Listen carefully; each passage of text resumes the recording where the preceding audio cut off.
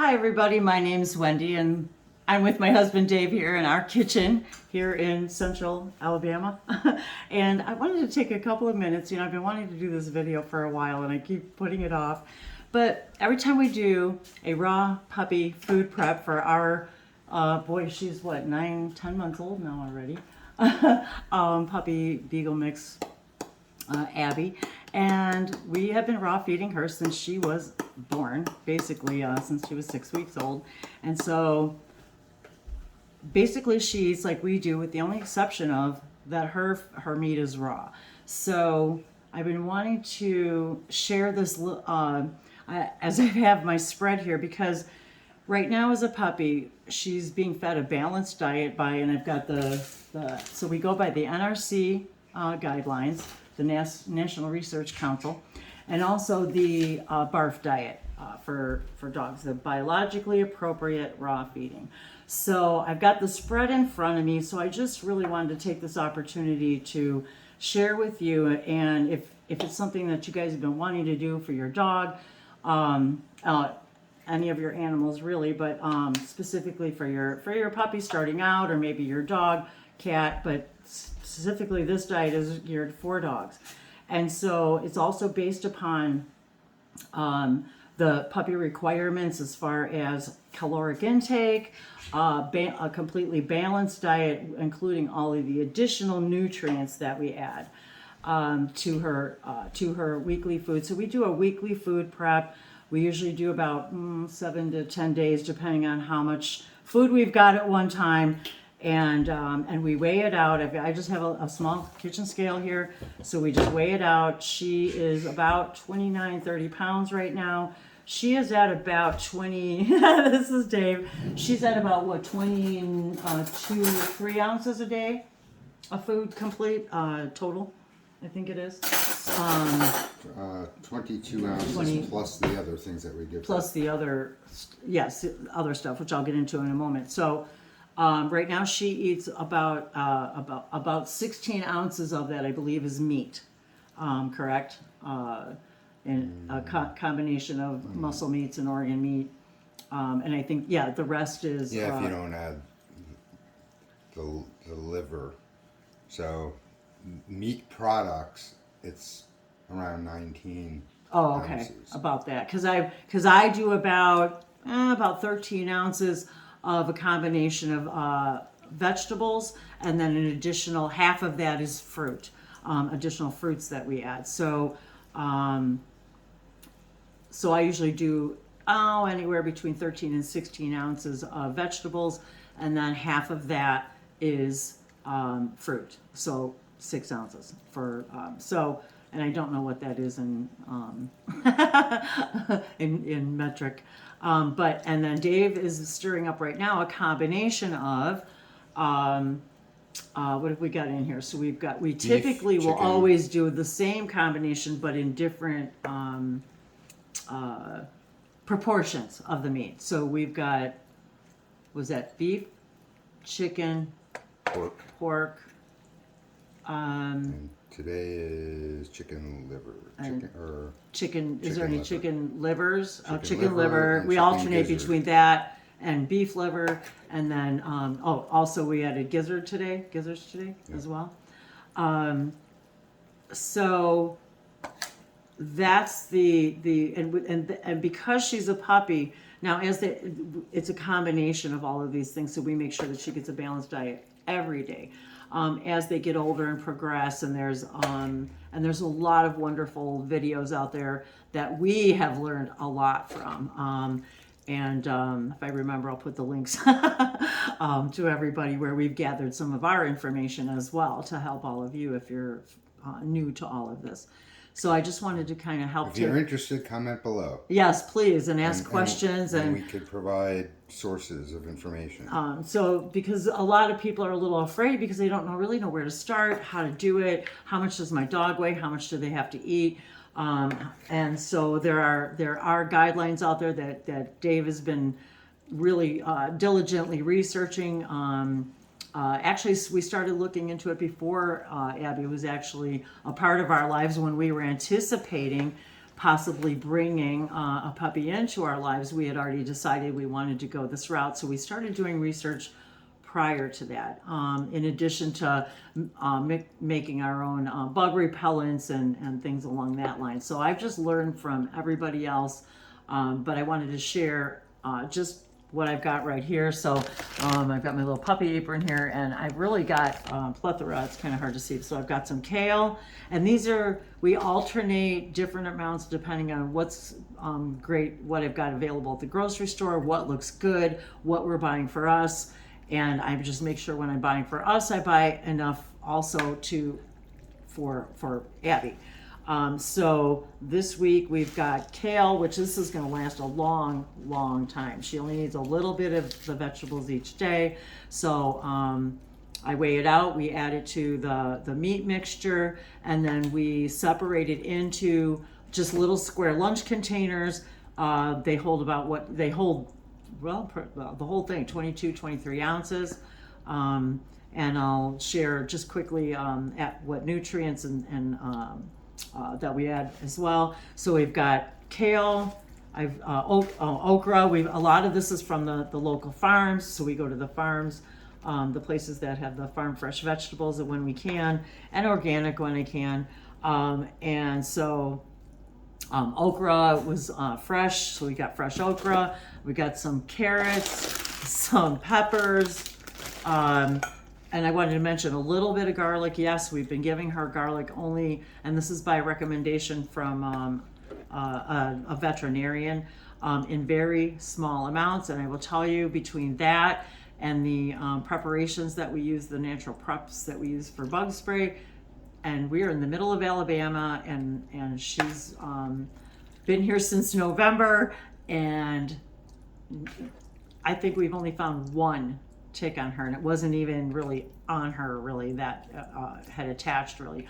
But the point is that she's out in the woods, out in the brush, and by adding this tiny bit of garlic, no onions, one clove, 1 teaspoon really is per her whole added to her whole week's or more allowance. So we usually do between, as I mentioned, between 7 and 14 day prep, depending on how much stuff we have. But that's a lot to mix, and so typically we keep it to 7 to 10 days.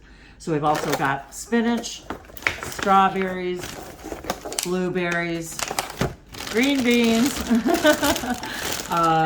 What else have I got? And I think that's it for today as far as, and then I'll also alternate with, I'll add a little apple. And then in addition to that, she gets raw meaty bones at least once or twice a week. That she chews on all week. Which she kind of makes, and we put it back in the fridge, and so she doesn't always get all the marrow all at once. So we kind of space it out, and she just loves it, and it's very inexpensive. We get it from a local meat processing place. And he's very gracious to save the bones for us, and so they're very inexpensive. So we also add vitamin E, bone meal, a little coconut oil, and or MCT oil. I add a little cinnamon. I'll also add some spices, maybe thyme, and Turmeric I'm thinking and pepper. a little, yes, ground black pepper, a little turmeric. What else I'm thinking? Pumpkin.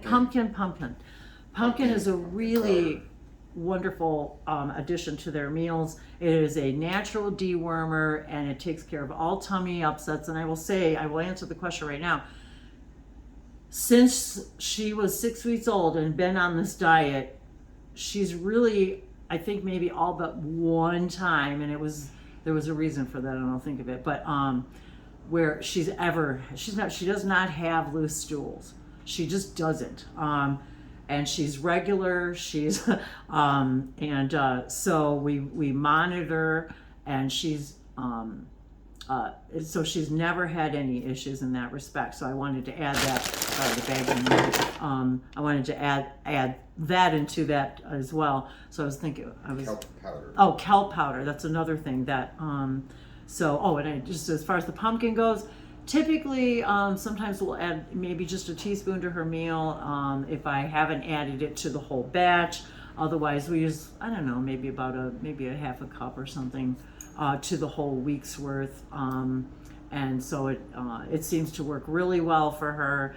And so I didn't want to forget about that. And then what was the next thing you said? Well, we added some chia seeds. Oh yeah, sometimes we'll add the chia seeds. I'm thinking what else, and plus too, she also gets throughout the week, like if we're eating watermelon, she loves watermelon, not the rind, but she absolutely loves watermelon. We'll give her regular cantaloupe melon, again, not the rind, and just a little bit when we're eating it. She'll have maybe a bite or two of banana. Sometimes we'll also add a little bit of banana to her food, but we keep that, I keep that in very small quantities so she doesn't get constipated. Sardines, thank you.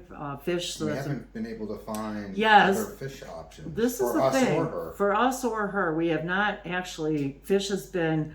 We can't find a good source of fish around here, so we're going to be checking some other alternative sources because we live just outside of Birmingham, Alabama, and believe it or not, it's very hard for us to find some good sources of fish, and even for us, fish for us, shrimp, crab.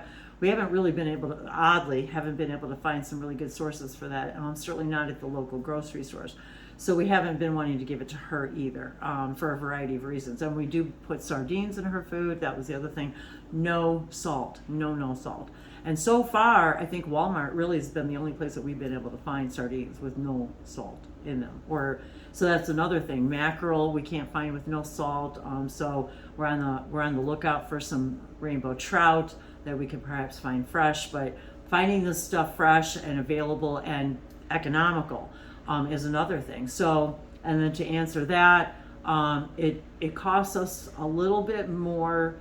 And I've already calculated it out, and I used to have a dog that ate nothing but kibble and canned food, and it's still only a little bit more expensive for me to feed her a raw diet than it is to feed her kibble and canned food. And it takes us, now that we've been at it for a little while and we're getting it down to a better science, if you will, it really only takes me a few minutes to prep the veggies. And what I still do for her, because it is recommended that we at least chop up the vegetables so that it's easier to digest, and that and she loves it. I'm telling you, she will eat.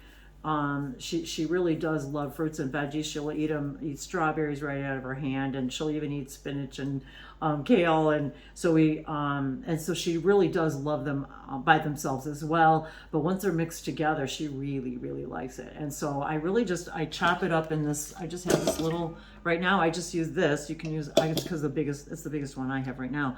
But it only takes me a couple of minutes, and I just kind of zip it up and I chop it up, and not too fine. And I've been doing it a little bit larger and a little bit larger, and she does chew them also.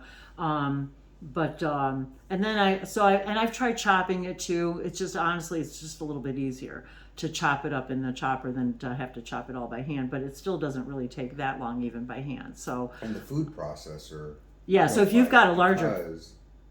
Oh, go ahead, sorry. Well, why don't you like the food processor? Oh, the food processor. Oh, you mean the blender? Yeah. The blender just doesn't work right. If you've got you really need a good food processor, or even just a little bit. But like I said, this little one works great, and I'm telling you, we don't want it liquefied. Right, because I don't want it. Yeah, no, the blender was just like making it mushy, and it just doesn't chop food even though it's got a chop feature.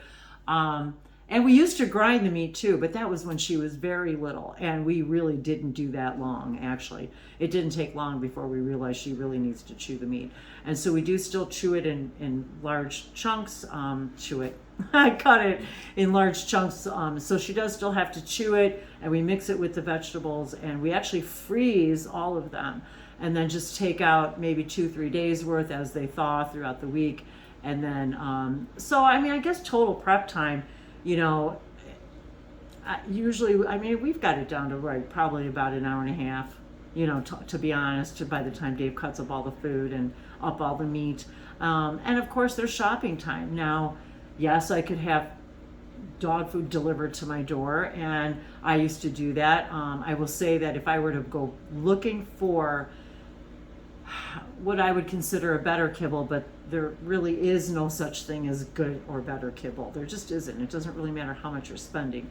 And I was buying the best that, you know, that was out there that I could find research. And I would have to drive from here at least an hour to find, if I were to go buy it in the store, to have to go drive and buy it. And then the time to take and the gas and it's also not always economical to have it shipped. And so there was a lot of reasons that this time around we decided as puppy parents that we were going to give this a try. And so far she has done outstanding. I mean, no issues whatsoever. She is healthy, vibrant, and more than vibrant. And we were just looking today at her physical, you know, how she looks, and she's in the best possible category. So if it's something that you've been, you know, wondering about, not sure if it was something you wanted to start, and you know, I will say, you know, veterinarians were not trained in animal nutrition. So that's just my feeling. It comes from a holistic point of view, and I will say, follow your instincts. Just like you do for you. Follow your instincts. And if you're not sure, of course, research everything. I will always look it up before I give her something, just to make sure. Like, I'm thinking about mushrooms right now. That's another thing. We've been looking for really good sourced mixture of mushrooms for her. Very good for her, but I can't find them here. At least not fresh. So we have to drive probably at least, an hour-ish to any store that would have any kind of good selection and good source of mushrooms. So there's a lot of examples of that we haven't been able to find good sources for. We don't even have a selection here. I mean, there's just nothing here. And so and I think that's part of people's concern wherever you live, that maybe you don't have the right things. But I will say we've done very well with the sources that we have and the resources that we have. And we've actually made phone calls and looked for local butchers, and we have yet to go out and buy like a big portion of meat, like we're not at that point yet as far as you know, having the space for all of that meat, although we do have an extra refrigerator with just a normal refrigerator with a side-by-side freezer, which is where we do store, of course, her meat. And we grocery shop probably once every 7 to 10 days. So the point is that I'm able to get what I need right here in town. And we also give her additionally fresh eggs. Yes. Oh, yeah. I'm glad you mentioned that too. That even though we milk. give her bone meal, we do give her goat's milk every day, a couple of ounces of goat's milk every day. Good points. I do forget about this stuff. We do give her an egg. I give her a fresh egg, and most of them are farm fresh from the farm up our friends down the road. And she brings me farm fresh eggs. So I give her an egg pretty much every day. And I smash it all up and I smash up the shell right in it. She gobbles it all up, I mix it in her food. Yeah, she does get a couple ounces of goat milk every day. And then, as I said, during the week, you know, we do supplement it with the other things that we're eating. I have given her yogurt. She didn't like it. And you know what? I think that might have been that was the one and only time I think she had loose stools, is that when we gave her a little bit of yogurt. And no, that was or was it something else? That was that stuff she was allergic to. You know what she had a bad reaction to? Flax. Flax. For some reason, she went into like an itching fit. So if that ever happened and you're giving your dog, and if you've given your dog flax, maybe they're having a. So and don't I don't know make if a whole week's worth of food. Yeah, and put the flax in. If you're not sure, just try. And we do. That's what we do. We just tried a little bit, and I haven't tried it since. And I'm not saying that I won't, but I was like, it was such a tiny bit, and it was so immediate that I thought, I don't know if I would want to try that again. Is it really worth it? Almonds. That's another thing she gets. She doesn't, and I don't buy store-bought treats. Really, a treat for her is an almond. And nuts are really certain nuts, and please do your research. But almonds, and I soak them. I take the skins off. It only takes a few hours. I leave them raw almonds. I leave them overnight. I just soak them, and the skins come right off the next morning. I just did it this morning, and I pop them in the fridge in a little dish. And she knows. It's like, that's her treat. She's like, are you ready for your nut? And I think nutritionally she can have up to 10 a day or something like that. Or more. But she doesn't get quite that many, but that's her little treat, and she loves it. For training. And we use it for training treats. It's so nice, easy to keep in our pockets. I've only bought store-bought treats, I think, twice so far since she was born, and I still have the second batch, and I only buy I can grab them for you. Oops, just to show you the ones that I bought.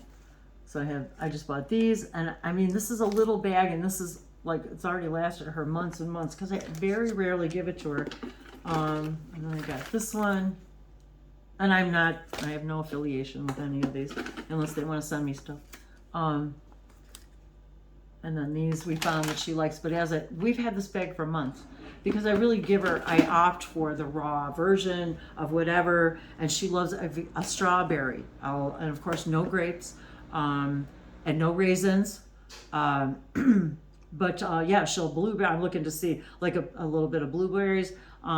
Carrots, she's a little iffy on. She's not really crazy about just a bite of carrot, but she has no problem with it in her food at all, chopped up. So I'm thinking, am I leaving anything out? We just really, again, go with your instincts. If you're not sure, please always look it up to make sure it's not toxic for your pet.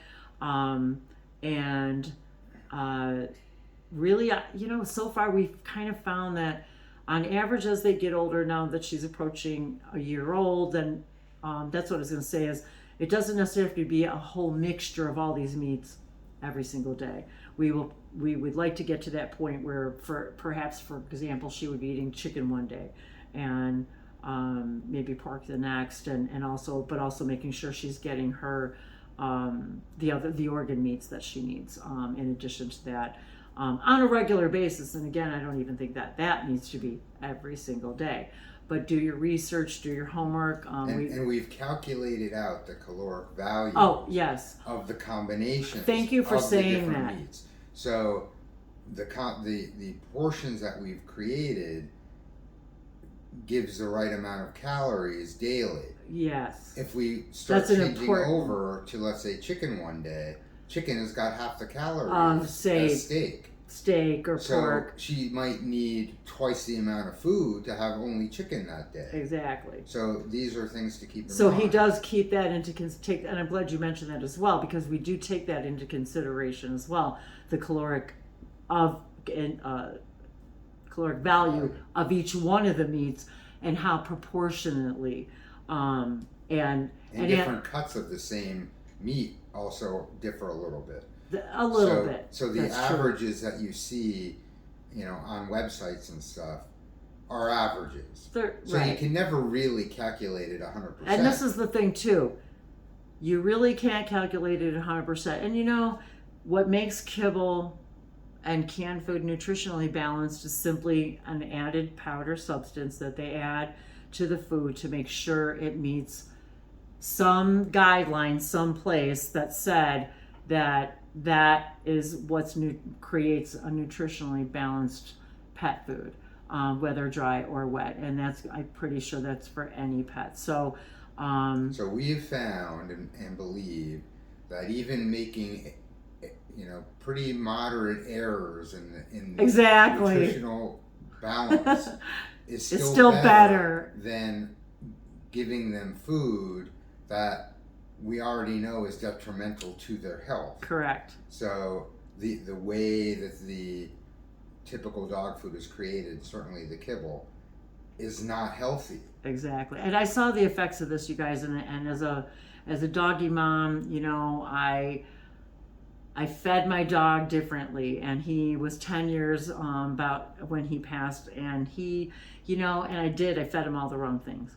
And I went against my better judgment, and even starting cooking his food like I did at the beginning of his life, I was still so worried that because marketing had convinced me that I wasn't going to be able to create food that could meet his caloric and his nutritional needs. And I was so afraid of that, it prevented me from doing more research. And I will say that some of the information that I've discovered recently has been out there for 9 years. Like, had I known and just taken that extra step and went with my instincts to do this, I would have realized the information was already out there, and there wasn't a lot of it. But so I thought, and because I use different things that different ingredients and for different meals, I thought, well, is it helpful to put proportions for people so they know I did this many ounces of this and this many ounces of that? But honestly, I take the scale and I put in a carrot. I'll put in a little, a little bit of everything. I put in a little bit of each thing until I reach the amount of ounces that I need for her veggies for that day. And that's what goes into it. And then I do the same thing with the fruit. I know how many ounces I need of fruit, so I will just take a couple blueberries, a couple strawberries. And we do it differently every week, right? So if she's not getting enough iron one week because we only used a little bit of this vegetable, next week then we know she'll get it next week. It's sort of, and I tell you guys, it's instinctive. It's just like you. It's just like us when we. Sweet potatoes. Oh, sweet potatoes. Thank you. And that's another thing she loves. Squash. And squash. She loves them. And again, in moderation, when I make sweet potatoes for us, I will put a few, say maybe tablespoons in her food overall for the week, or maybe just some for that day. Squash, she loves squash. Same thing. I will cut it up and cube it. I've cubed it and frozen it. And the stuff for her, we don't put spice or butter. No, there's no spices. No, well, some spice we'll just use as we mentioned, cinnamon. Like thyme, cinnamon. But as far as no salt. So yeah, anything I make for her, I don't salt. I even, pardon me? No butter. No butter. Yeah, I'm trying to think of anything else. The only thing, yeah, and we don't cook her food. No maple syrup. No, I don't use any of no maple syrup. I don't use any kind of sweeteners of any kind. I know I'm like looking around the kitchen like it's gonna remind me of things. So I was like, did I cover everything I wanted to cover? But and again, it's really about, as Dave just mentioned, no carbs. No zero carbs, zero. No rice. She has never had rice, white potatoes. I guess that's it for carbs as far as any kind of bread, crackers. No puppy cookies, no dog cookies. Actually, I think it was one of the delivery guys was so, they do carry them around in the truck, and handed her one, and she just didn't even know what to make of it because we don't feed her. She's never had wheat products in her life. No grains. My dog, as I said, he ate all the wrong things, and I was doing it because I thought I loved him, and because I thought I was treating him, and that, and I thought I was buying him the best kibble and the best canned food that there was on the market because it was the most expensive. But I also did my research back then. But anyway, I saw the results of that diet in him, and I wanted to do everything that I could. We wanted to do everything that we could. Peanut butter, sunflower butter, and we only give her really a little tiny bit of peanut butter. We really keep her away from the peanuts and peanut products. So once in a while she'll get a little peanut butter. She absolutely loves, though, yes, I'm glad you mentioned that, sunflower butter. I love sunflower butter. And so I gave her a little bit on a little licky mat, and she just loved it.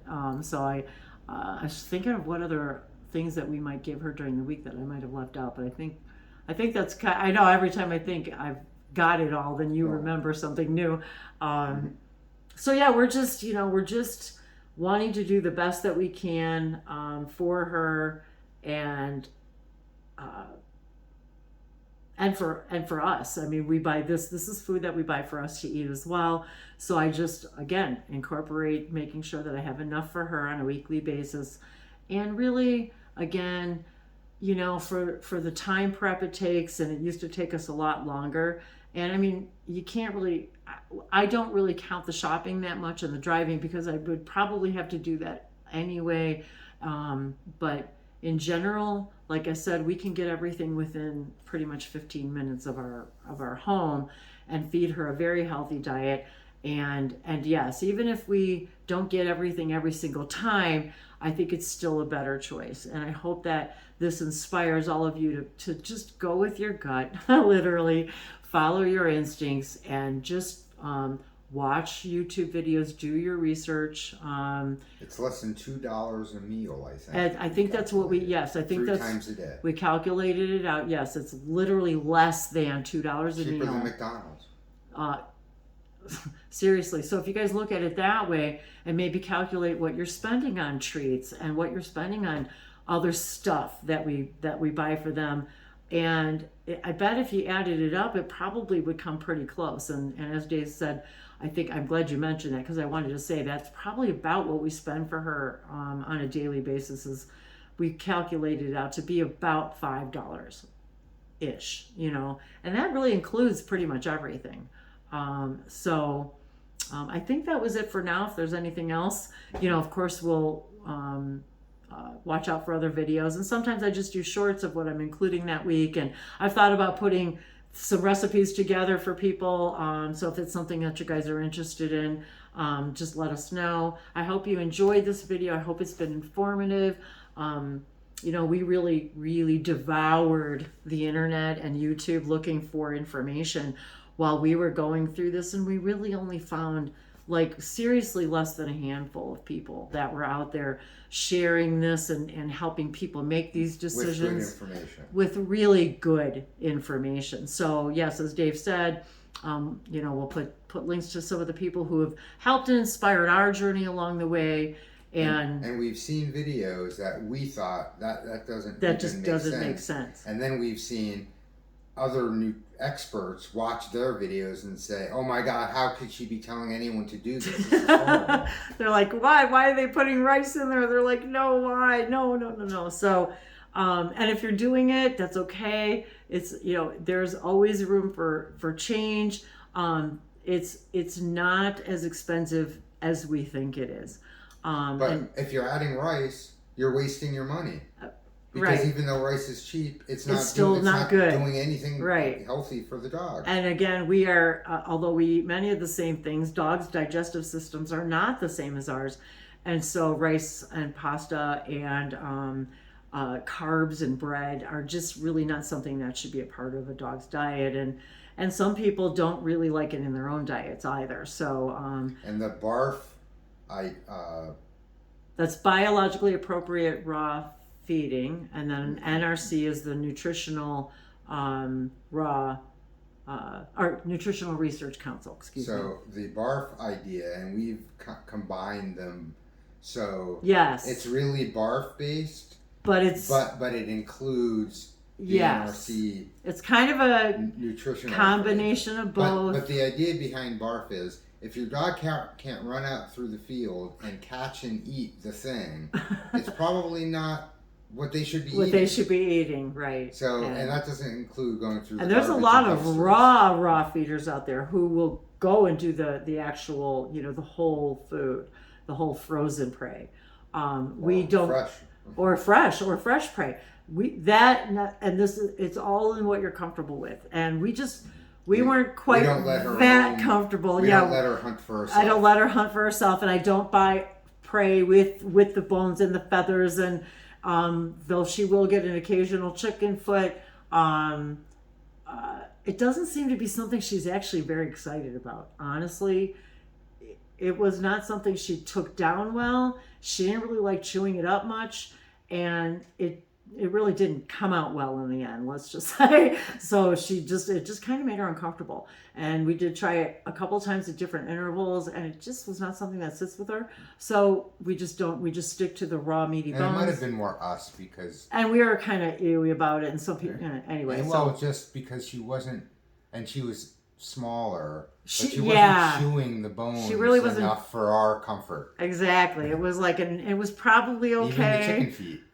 No, that's what I mean. She could swallow it. She swallowed it right away. It was just.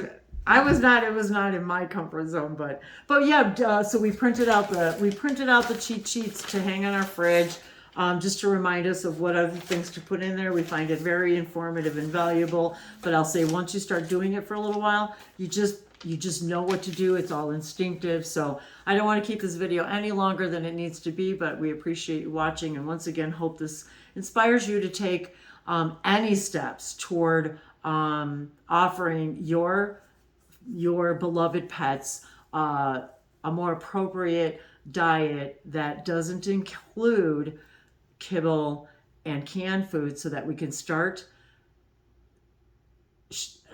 sharing our voice with food companies out there. And there are more and more natural food companies coming out there. They're not as cost effective as they can be, as other alternatives. And we've actually found that even those companies are very, very expensive. And this, I feel, is an appropriate diet for her, and it's much more cost effective for me to feed her raw than some of these other raw and or prepared food companies. So I think that was it, as far as I want to make sure I covered the cost and nutritional value, where we got our information, where we sourced our stuff. And as far as sourcing, we literally get our meat and vegetables at the local store, the local grocery store, and it's the same meat we eat. The foods that we are feeding her are based on what we can get. Exactly. So a lot of people, particularly on the internet, that talk about this stuff, they have diets, they have recipes. Yes, but we can't find certain things. And we don't have Asian markets here. We don't have the sources to buy. So, and this is another reason why I told Dave, I said, I feel like it felt so important to me to make the video for that reason too, is because I think people think, well, if I can't do that, then I can't do it right, then I can't do it at all. And I think that that's a lot of the way people think. And I wanted to just share that we cannot source some of this stuff, like hearts and certain other organ meats, and and brains and all these other things that are part of these other diets that we would love to be able to feed her if we had access to those things. We just don't here. So and maybe the average people don't, and maybe the average people can't, or can't afford it, or can't find it on the internet. So there's a variety of reasons why we've gone this route, and so we just wanted to share our experience with all of you. And I think I'm glad we're doing this out loud too, because Dave remembers things that I forget that I really wanted to include that seem they seem unimportant, but they're a whole part of the whole plan, I guess, of implementing this, that you don't need to be able to have access to all of these other organs and things. If this is what you have, then this is what you have. And she's doing wonderfully. Now I need a drink of water. And of course, water. And we do add sometimes you need to add supplements just to be sure.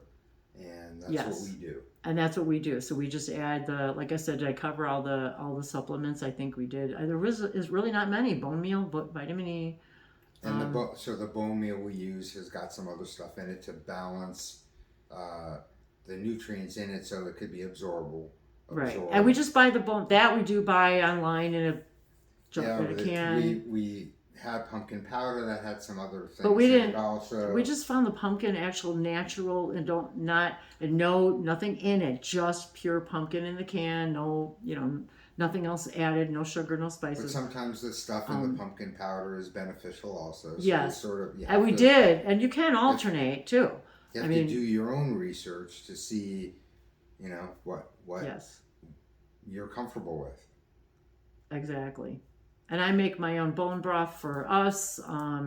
And sometimes we'll give her a little bit of bone broth. But again, it'll only be bone broth that I've made that I haven't added only vegetables to, for example, no salts. Or onion, very important. And celery, I forgot about that. I do have celery in the fridge. Sometimes I will add a little bit of celery also. So that's something else I forgot about that I had. Some red pepper sometimes. I think a little green pepper I've given her. I don't think was there anything else. But anyway. Whatever vegetables we have. Whatever we have on hand. And we don't cook anything. I just chop it up really well to make it more easily digestible for her, and she has not had any problem. So we do freeze it. The process of freezing it also helps break the cells of the vegetables. The vegetables, that's right. That need help with digestion. Kind of digesting. Right. And we don't know for sure that that's even a true thing, but because we freeze it, we're covered. Right. So that's true too.